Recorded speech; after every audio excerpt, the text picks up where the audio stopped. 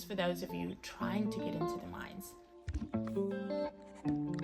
I don't know if this phone is standing straight, but it is what it is. Hey guys, welcome to my channel. If you're new here, my name is Cindy. You can check out my other mining videos on TikTok and Instagram. And yeah, I just decided to start making some YouTube videos about getting into the mines because yeah, information is key. So yeah, let's go. So as I mentioned before, guys, my name is Cindy. I'm a FIFO worker. I currently work for the mines and I live in Perth. I do FIFO, fly in, fly out. And I previously also lived in a mining town in Kalgoorlie and I was working in the mines over there. So just a little backstory. Prior to actually getting into the mines, I had no experience. I didn't even know what the mines was. Like, yeah, I was fresh. So yeah, no experience, and I am going to tell you basically how I got in and where I started. So initially I was living in Kalgoorlie. My partner was on a working holiday visa from France and he was working as an offsider. He applied, did a couple tickets, and he got in with no experience as an offsider.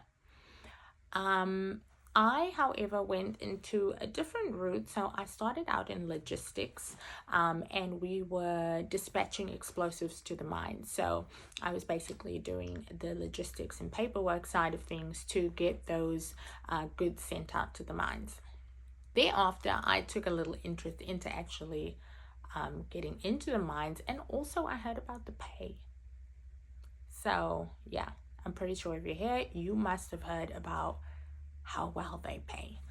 So you really have two options here. You can either live in a mining town, move to Kalgoorlie, or towns that, you know, Leinster or any sort of town that is a mining town that also have people living there. And then the second option is to do FIFO, which is fly in, fly out.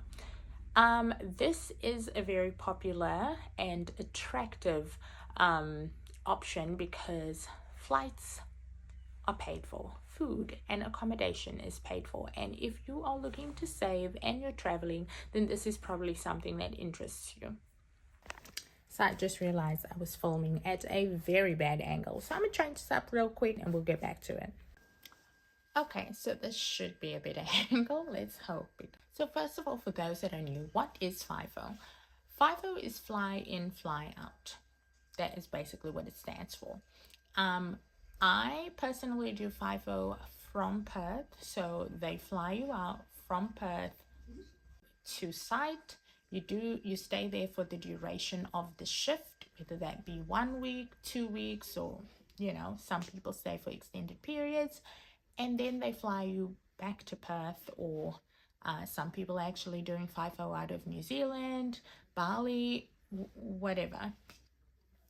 So yeah, that's pretty much what FIFO stands for. There is also drive in, drive out. That's another option, but we can do a different video on that. So to get into the mines, I'm just going to do a beginner's version because for a lot of you, if you're already in the mines, you're not really watching videos like this. So this is for those of you trying to get into the mines. So one of the most recent questions I've had, somebody had said that they have retail experience, they have no mining experience, and they're struggling to get into the mines. The good news is that you can actually go and work in the retail shop in the mines. It's called utility work. So there's a whole lot of options under utility work, whether you're cleaning the rooms, you can go and be a housekeeper, you can work in the bar, you can work in the retail shop, you know, different options. You can work in dining as well. So the thing is that you're just going to have to update your CV to make it look attractive for a mine site, right? So you have the experience. I mean, you've worked in for example, this particular person, you've worked in retail before. You just need to adjust the CV. In my opinion, I think that making your CV look attractive, maybe even if you need to pay for somebody a couple extra dollars just to make the CV look good, why not give that a go? If you've tried that and that doesn't work, try and get some tickets that can actually help. So one thing that you can do is get your RSA. That allows you to serve alcohol in Australia. So then when you actually go out to site, you can potentially work in the bar. So those are small things that you can do to also set yourself apart. Now, if you're not wanting to do utility work and you're wanting to go straight into the mines, yeah, okay, the pay might be a little bit more, so great thinking. Yeah, so some people actually go on to be trade assistants or different type of, drillers offsider, which I mentioned before that my partner was doing. And those require certain tickets. So the basic sort of tickets for those roles are that you will need your white card, confined space, and gas testing. Those are the three most important ones. One of the other ones that are also good to have is if you've got your driver's license or your international driver's license, go and get that changed over, because most likely they're going to ask you if you have your driver's license. So that's always helpful. Yeah, so the tips for getting a role, a entry-level job in the mines, is have a attractive CV. I think that, there is a lot of people. Yes, it's, in my opinion, fairly easy to get into the mines depending on where you want to start out and the jobs that you're wanting to do. But if you're just trying to get your foot into the door and you'll take anything, then update your CV accordingly. So if you've ever cleaned anything before, update that you've had cleaning experience or a cleaning background. Make those things, because especially if you're applying for utility work, that is going to look attractive. So you're wanting to make sure that for each specific role, change your CV up and make it look attractive for that specific position. And then also understand that with Seek and with these platforms, they actually work with keywords. So if you have a look on what the requirements and what the job is actually looking for, put those things in your CV or in your cover letter. So you're just going to have to go the extra mile pretty much.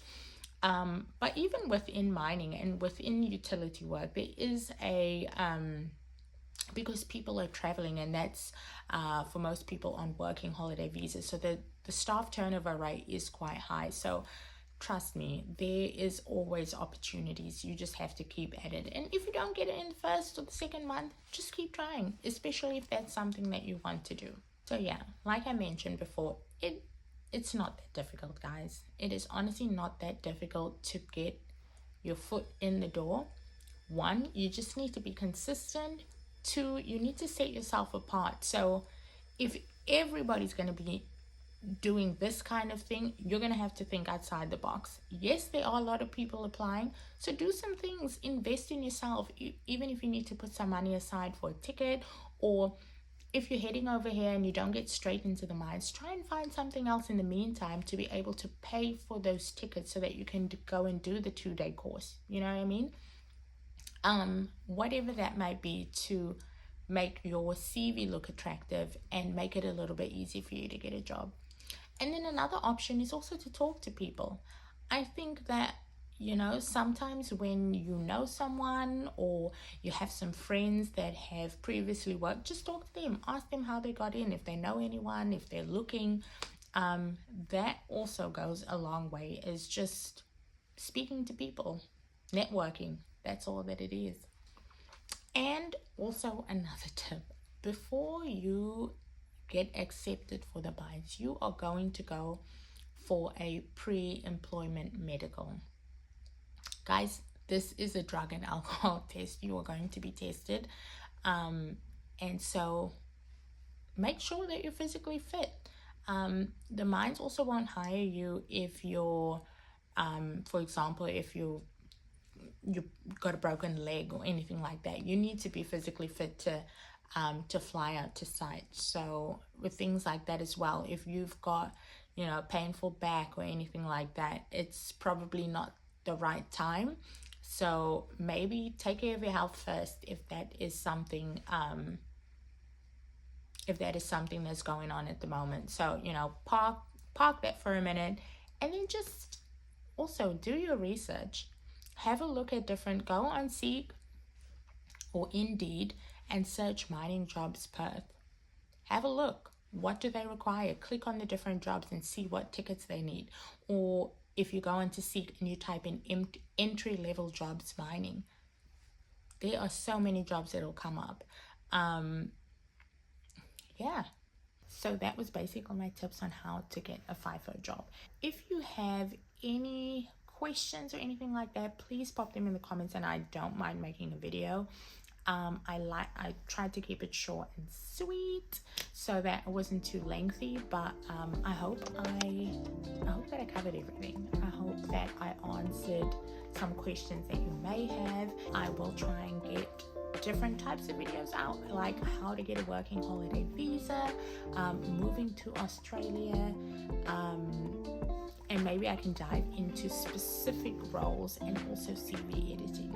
So don't forget to subscribe, follow my pages,